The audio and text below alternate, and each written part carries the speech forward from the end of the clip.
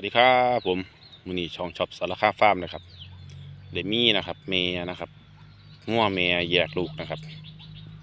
งามๆนะครับมาให้เบิ่งให้เลือกให้ชมไปเลี้ยงนะครับ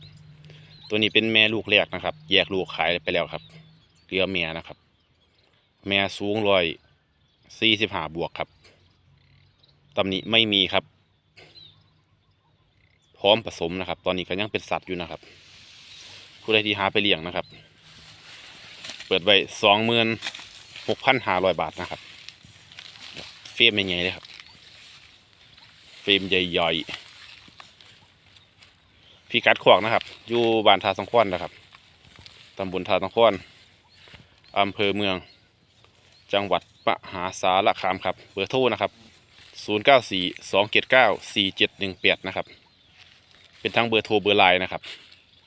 ผู้ใดมักกระโทรมากครับ